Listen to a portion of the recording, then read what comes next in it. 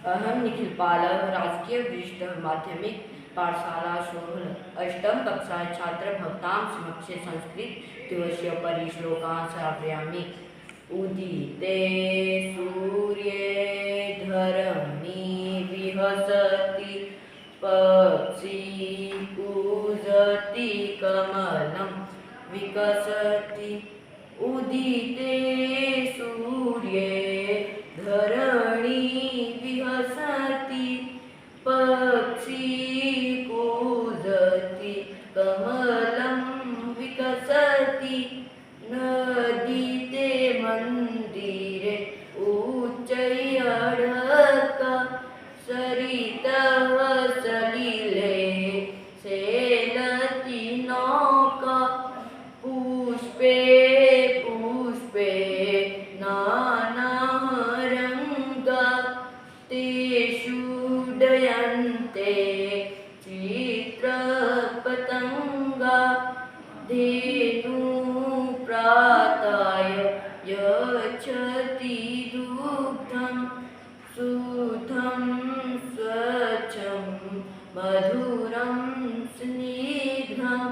वृक्षे वृक्षे नूतं पत्रं विविधैः वर्णैः विभाति चित्रं।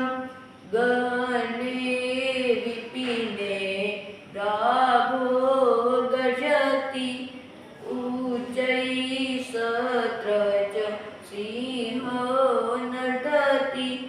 हिरणोऽयं खादति नवघासं स्वत्र च पश्यति सविलासम्।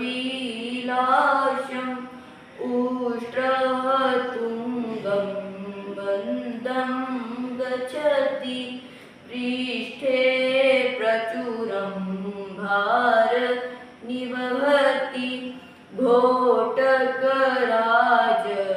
शीघ्रं खादति धावन् स्मये किमपि न खादति।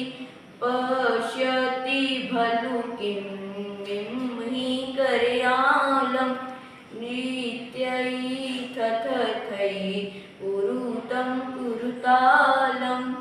उदिते सूर्ये धरणी विहसति पक्षी कूजति कमलं विकसति। उदिते सूर्ये धरणी विहसति पक्षी कूजति कमलं